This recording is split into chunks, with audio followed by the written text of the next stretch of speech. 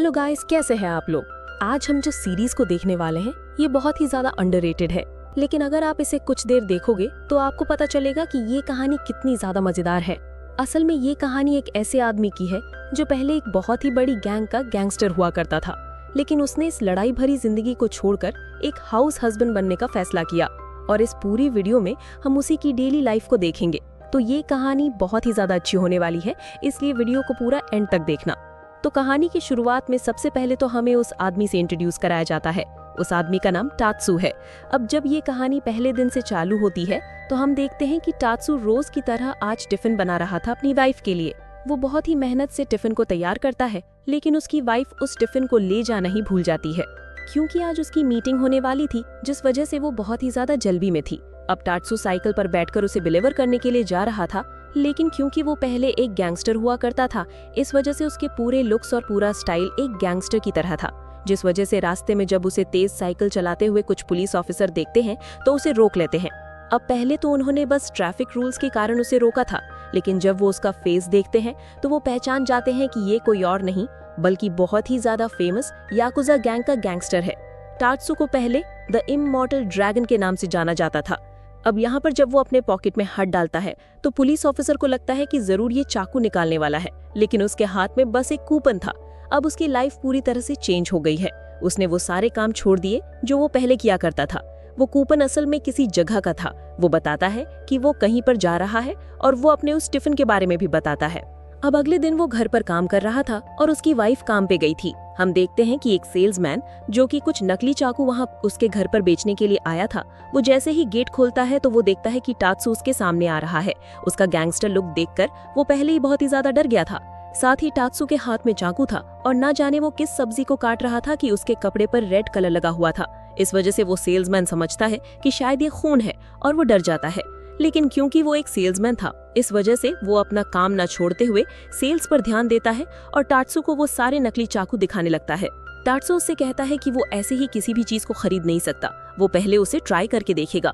टात्सू उससे खाना बनाता है और उसकी कुकिंग स्किल इतनी ज्यादा हाई लेवल पर पहुंच चुकी थी कि उस खाने को खाकर वो सेल्समैन ये भूल जाता है कि वो यहाँ पर क्या करने के लिए आया था, और बाद में वो वहाँ से बिना कुछ सेल किए ही चला गया था। अगली सीन में हम देखते हैं कि टात्सू के गैंग का एक मेंबर, जो कि हालांकि पहले टात्सू का दोस्त हुआ करता था, लेकिन बहुत टाइम से वो टात्सू से मिला नहीं था और इस वक्त वो सड़क से जा रहा होता है। असल में उसकी अभी हालत बहुत ही ज्यादा खराब थी, क्योंकि टात्सू ने जब से गैंगस्टर लाइफ छोड़ी थी तब से ही याकुजा गैंग कुछ ज्यादा खास रहा नहीं था, और इस वजह से उसके जितने भी मेंबर्स थे वो अलग अलग हो गए, और उन्हीं में से एक था ये लड़का मासा, और ये अभी टात्सू को ढूंढ रहा था, क्योंकि ये चाहता था कि टात्सू फिर से अपने इमॉर्टल ड्रैगन के फॉर्म में आकर एक नई गैंग बनाए। और किस्मत से आज वो टात्सू को ढूंढ भी लेता है।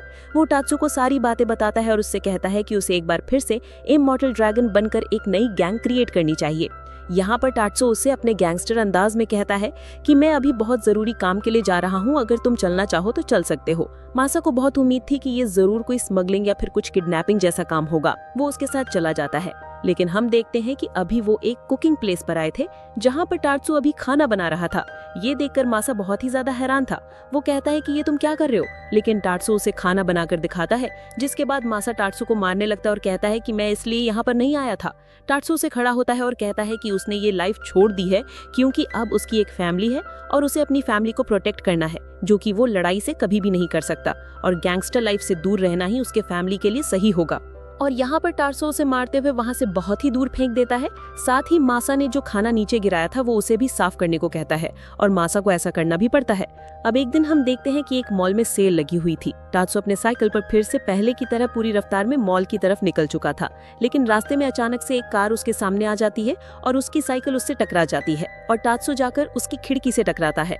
अभी हम देखते हैं कि उस कार के अंदर एक दूसरा गैंगस्टर बैठा हुआ था, जो कि किसी दूसरे ग्रुप से था, और टात्सू और वो एक दूसरे को जानते भी थे। असल में वो पहले एक दूसरे के दुश्मन हुआ करते थे। यहाँ पर उस गैंगस्टर को लगता है कि शायद टात्सू इनडायरेक्टली उसे मारने के लिए आया है, जो कि वो नहीं कर पाया, इसीलिए यहाँ से भाग गया। लेकिन टात्सू को तो असल में सामान लेने की जल्दी थी, क्योंकि सेल जो लगी हुई थी। अब यहाँ पर ये गैंगस्टर और उसका बॉडीगार्ड जो भी था वो सीधा उस मॉल के पास पहुंच जाते हैं। वो टात्सू का पीछा करते हैं, पर टात्सू उन्हें दूसरे काम में लगा देता है और वो कहता है कि तुम्हें यहाँ से सबसे बेस्ट कपड़े चुनने होंगे, क्योंकि वो यहाँ इस सेल में हार नहीं सकता। बहुत कोशिश के बाद भी उन्हें बहुत खराब ही कपड़े मिले थे और ज्यादा कुछ मिला नहीं था, जिसके बाद टात्सू उन्हें डांट रहा था। वो कह रहा था कि ये तुमने क्या किया, टाट्सू उन्हें ये भी बताता है कि अब वो गैंगस्टर नहीं बल्कि अब वो एक हाउस हस्बैंड है।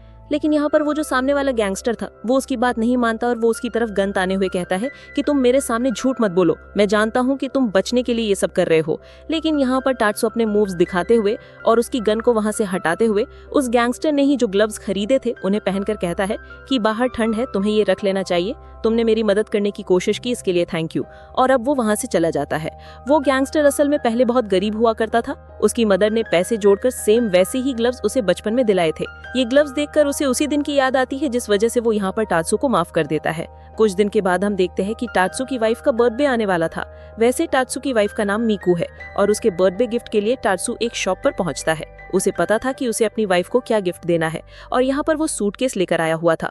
शॉप का ओनर समझ रहा था कि इसमें ना जाने क्या है, पर बाद में जब उसे पता चलता है तो वो गिफ्ट जो था वो उसे पैक कर देता है। असल में मीकू को एक एनिमे सीरीज बहुत ज्यादा पसंद थी, इस वजह से टाट्सू उसी के टॉयज लेने के लिए यहाँ पर आया हुआ था। अब हम देखते हैं कि रात के टाइम जब मीकू अपने काम से वापस आती है तो टाट्सू सबसे पहले उसे पूरी तरह से चेक करता है, क्योंकि टाट्सू तो एक गैंगस्टर था, इस वजह से ये उसकी आदत है। वो यहाँ पर चेकिंग इसीलिए कर रहा था कि कहीं और किसी गैंगस्टर ने मीकू के कपड़े पहनकर या फिर मीकू की तरह मास्क लगाकर उसे खत्म करने का प्लान तो नहीं बनाया। अब चेकिंग के बाद वो उसे अंदर लेकर आता है। अंदर पूरा कमरा सजा हुआ था।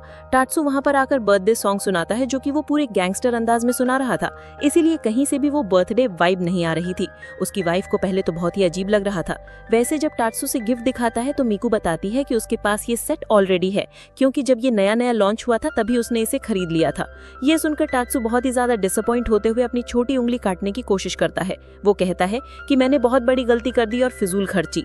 लेकिन इस पर मीकू उसे जोर से पंच मारती और कहती है कि ये तुम क्या कर रहे हो। वैसे अगले ही दिन की बात थी। टाट्सू नॉर्मली अपना घर का काम कर रहा था, तभी उसे मीकू का फोन आता है। वो बताती है कि उनके जो घर की ओनर है वो आज वहाँ पर आने वाली है, इसीलिए उसे घर को पूरी तरह से साफ रखना होगा। टाट्सू तुरंत ही लग जाता है साफ सफाई में। वो एक एक चीज को चुन चुन कर साफ करता है और वैक्यूम क्लीनर से साफ करने के बाद जो भी कोने बच गए थे उसे उसने अपने हाथों से ही साफ किया था।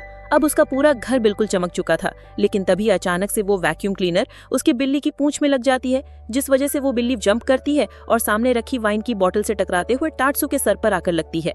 वाइन बिल्कुल रेड कलर की थी। उसी वक्त जब टाट्सू घर की तरफ आ ही रहा था कि इतने में लैंडलेडी वहां पर आ जाती है। हम देखते हैं कि टाट्सू के कपड़ों पर वो रेड निशान देखकर वो डर जाती है और उन्हें लगता है कि शायद टाट्सू के ऊपर कोई अटैक किया है। वैसे बाद में सिचुएशन पूरी तरह से ठीक हो चुकी थी। अब हम देखते हैं कि उसी दिन की बात है। लैंडलॉर्ड लेडी के जाने के बाद जो टाट्सू के नेबर्स थे वहां पर जो लेडी रहती थी वो अपने लड़के को लेकर आई थी। वो कहीं बाहर जा रही थी, इस वजह से टाट्सू को वो उस लड़के का ख्याल रखने को कहती है। टाट्सू उसे आने देता है और हम देखते हैं कि उसका नाम रायॉट था और यहाँ पर वो टाट्सू से बहुत ही ज्यादा डर रहा था। बाद में टाट्सू से कुछ खाने के लिए कुकीज देता है, जिन्हें खाने के बाद रायॉट यहाँ पर टाट्सू से डरना बंद कर देता है। अब टाट्सू से गेम के लिए कहता है क्योंकि वो बोर हो रहा था और रायॉट भी गेम के लिए तुरंत ही हाँ कर देता है। लेकिन वो फिर से बहुत ही ज्यादा बोर होने लगता है, क्योंकि टाट्सू जितने भी गेम वहाँ पर लेकर आया था वो सभी गैम्बलिंग से रिलेटेड थे, क्योंकि टाट्सू ने अभी तक सिर्फ यही गेम खेले हैं। इस वजह से योटा को ये बिल्कुल भी पसंद नहीं आता। पर जब वो उठता है तो उसे वहाँ पर एक डॉल रखी हुई दिखती है। ये वही मीकू की फेवरेट एनिमे सीरीज की डॉल थी। इसे वो बहुत पसंद आ रही थी। ये देखकर टाट्सू खुश था, लेकिन अचानक से योटा गिर जाता है, जिस वजह से वो डॉल भी टूट जाती है। टाट्सू ये देखकर सबसे पहले तो योटा से पूछता है कि कहीं उसे चोट तो नहीं लगी, और जब योटा कहता है कि नहीं उसे चोट नहीं लगी, तो इसके बाद अब टाट्सू सोचता है कि उसे उस डॉल का करना क्या है। वो अपने घर के बैकयार्ड में जाकर एक बहुत बड़ा गड्ढा खोदता है, जिस गड्ढे को अगर कोई खोदकर पता लगाना चाहे तो उसे पता भी नहीं लगे कि यहाँ पर क्या दफनाया गया है। उस डॉल को टाट्सू ने उस गड्ढे के अंदर डाल दिया था। तभी वहाँ पर टाट्सू की वाइफ मीकू आ जाती है। वो तुरंत ही अपने घुटनों पर आकर उससे माफी मांगता है कि उसने बहुत बड़ी गलती कर दी, इसके लिए वो जो सजा देना चाहे उसे दे सकती है। पर मीकू यहाँ पर उससे कहती है कि इसकी कोई जरूरत नहीं, वो लोग ग्लू की मदद से उसे वापस से चिपका सकते हैं। अब ये अगले दिन की बात है जब टाट्सू मार्केट आया हुआ था। तभी उसे सामने अपना वही पुराना गैंग मेंबर मासा दिखता है। इस वक्त मासा को कुछ दूसरे गैंग के लोगों ने घेर रखा था। वो बहुत सारे थे, इस वजह से मासा कुछ कर नहीं सकता था। लेकिन जब वो टाट्सू को वहां पर देखता है तो वो तुरंत ही टाट्सू के पास आकर उससे मदद मांगने लगता है। टाट्सू उसकी मदद करने से साफ साफ मना कर देता है, मगर जो सामने वाली गैंग के मेंबर्स थे जब वो देखते हैं कि ये तो टाट्सू है तो वो उसे पहचान जाते हैं। और यहाँ पर उस गैंग का जो लीडर था वो तुरंत ही एक लकड़ी से टाट्सू के सर पर हिट करता है, जिस वजह से टाट्सू के सर से खून निकलने लगा था। लेकिन यहाँ पर तो यहीं पर हमारी इस एपिसोड का फर्स्ट पार्ट खत्म होता है। आगे की कहानी मैं आपको अब इसके अगले पार्ट में बताऊंगी।